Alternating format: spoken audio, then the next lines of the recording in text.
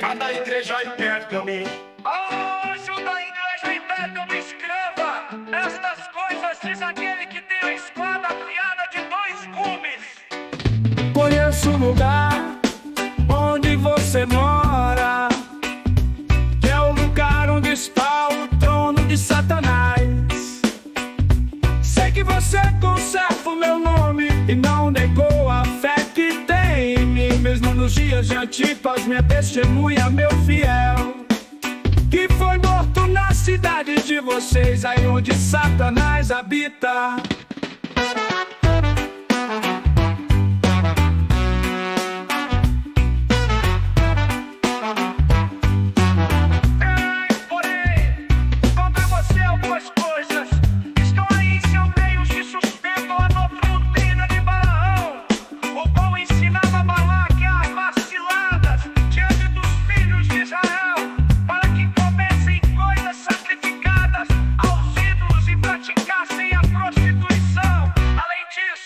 Estão também aí, em seu meio, os que seguem a doutrina dos nicolaítas.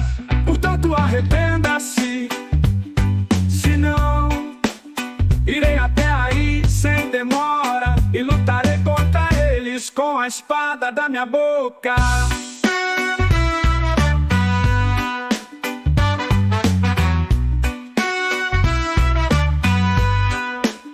Quem tem ouvido, ouça o que o Espírito diz às igrejas: ao vencedor darei do maná escondido.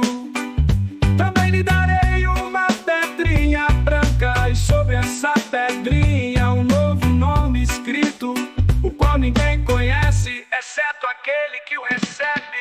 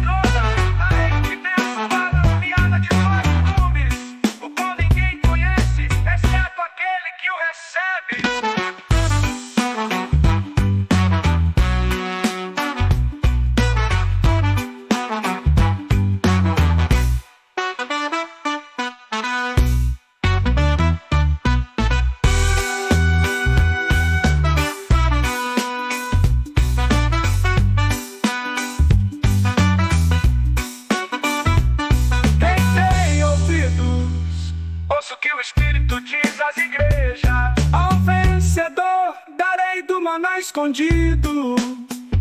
Também lhe darei uma pedrinha branca, e sobre essa pedrinha um novo nome escrito, o qual ninguém conhece, exceto aquele que o recebe.